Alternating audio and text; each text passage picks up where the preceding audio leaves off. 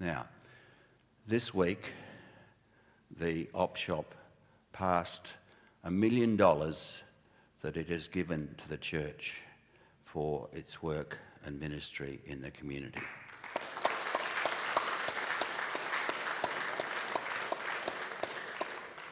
6.25 years we've been going, and so that's fairly significant to raise that amount of money in that amount of time. So well done to everyone who's contributed to that, not just managers and not just volunteers, but many of you who have supported us in different ways.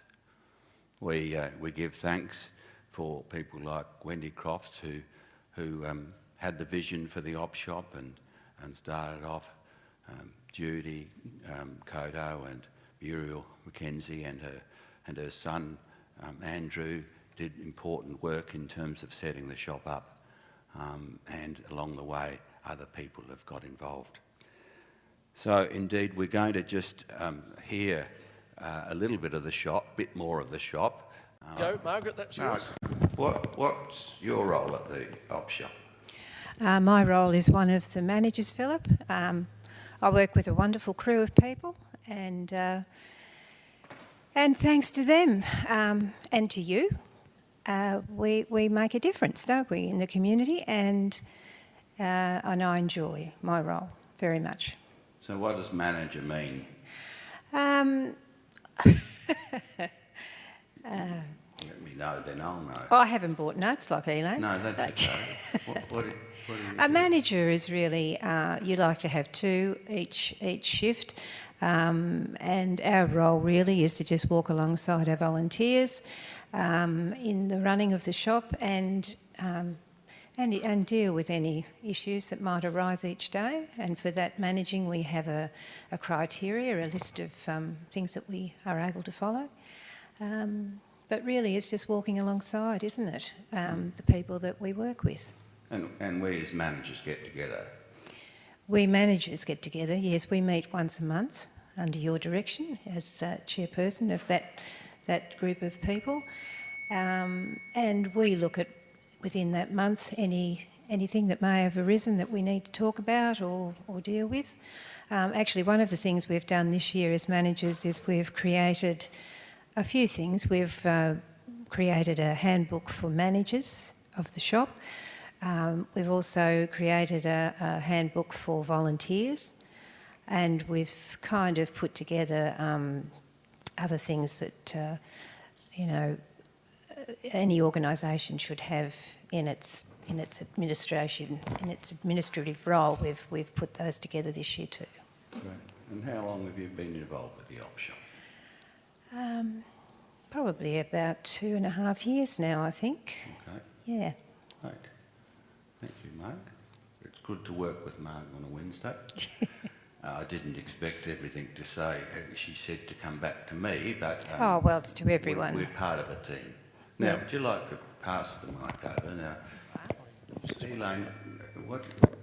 Oh, you've got... Goodness me, it's like a press conference. Hi, yes. It's like a press conference, Elaine. Sorry? It's like a press conference. Now, Elaine, what do you do at the shop? Well, I pot up plants every week to bring into the shop, and that's something I enjoy doing because, as some of you know, I'm a plant person, and I like to think that those skills can be used to help raise money for people that need it. And can I just tell a little story? You can. Yes. You've got it there, so we better let you share it. And that is that just a week or two ago, I was reminded of something that happened, and I told the customer the story too. She came to she came to our, where we buy stuff, and she had a plant that was called the lamb's ears plant. And it reminded me of a story that happened when I visited the Royal Rehabilitation Centre in Kew a few years ago.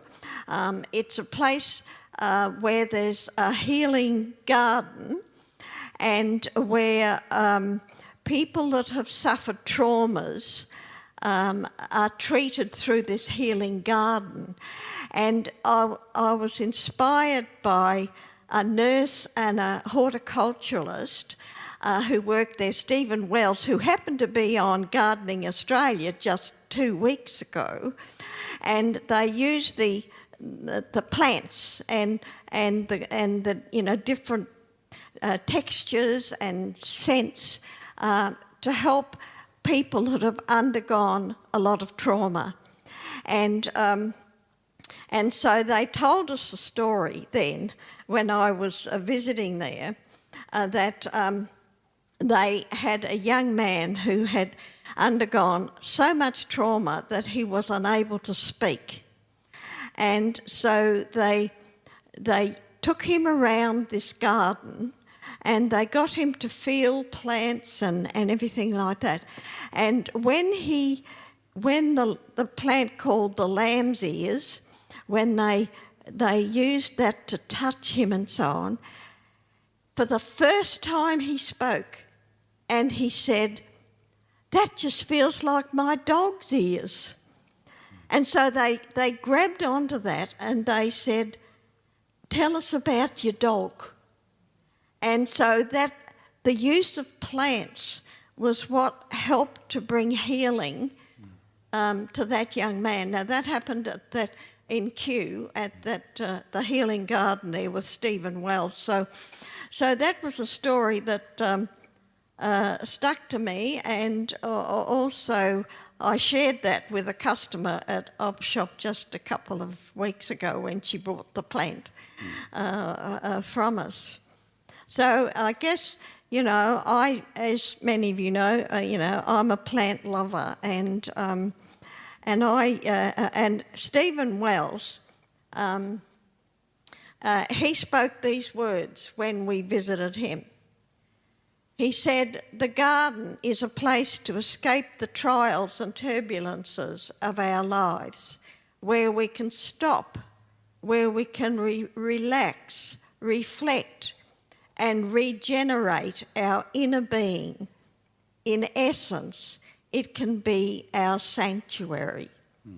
And so I guess over the years, the love of plants for me has grown.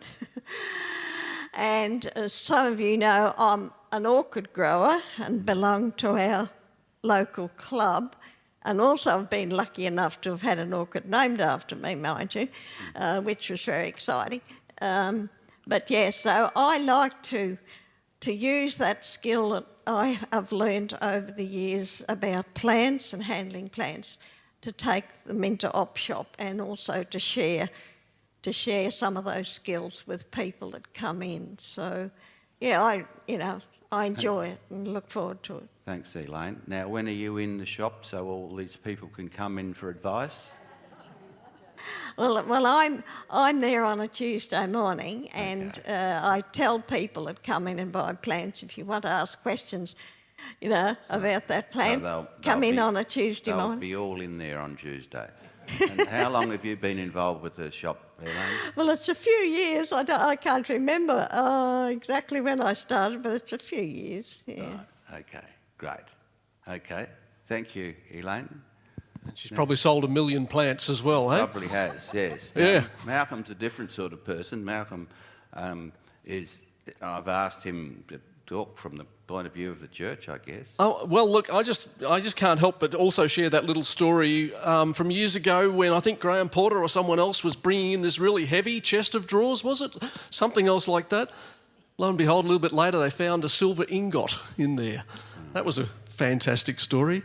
Look, I just want to say that I was a bit sceptical about this op shop business at the start. I thought, oh dear, I've been involved with op shops before and I know they're full of politics.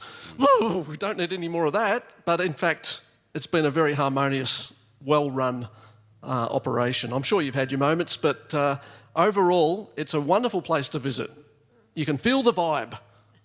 The vibe is really important. And the whole place is so well run, so professional, and the church is very, very grateful. I know our treasurer is. So big well done. It's not just the money, as we said in the flow, it's the relationships. The revenue is part of it, the relationships are the central part of it. So keep working at that. And thank you very much to this whole committee and all the volunteers and the way you're drawing people together. I think that's the gospel. Thank you, Matt. Thanks. Thanks. Good.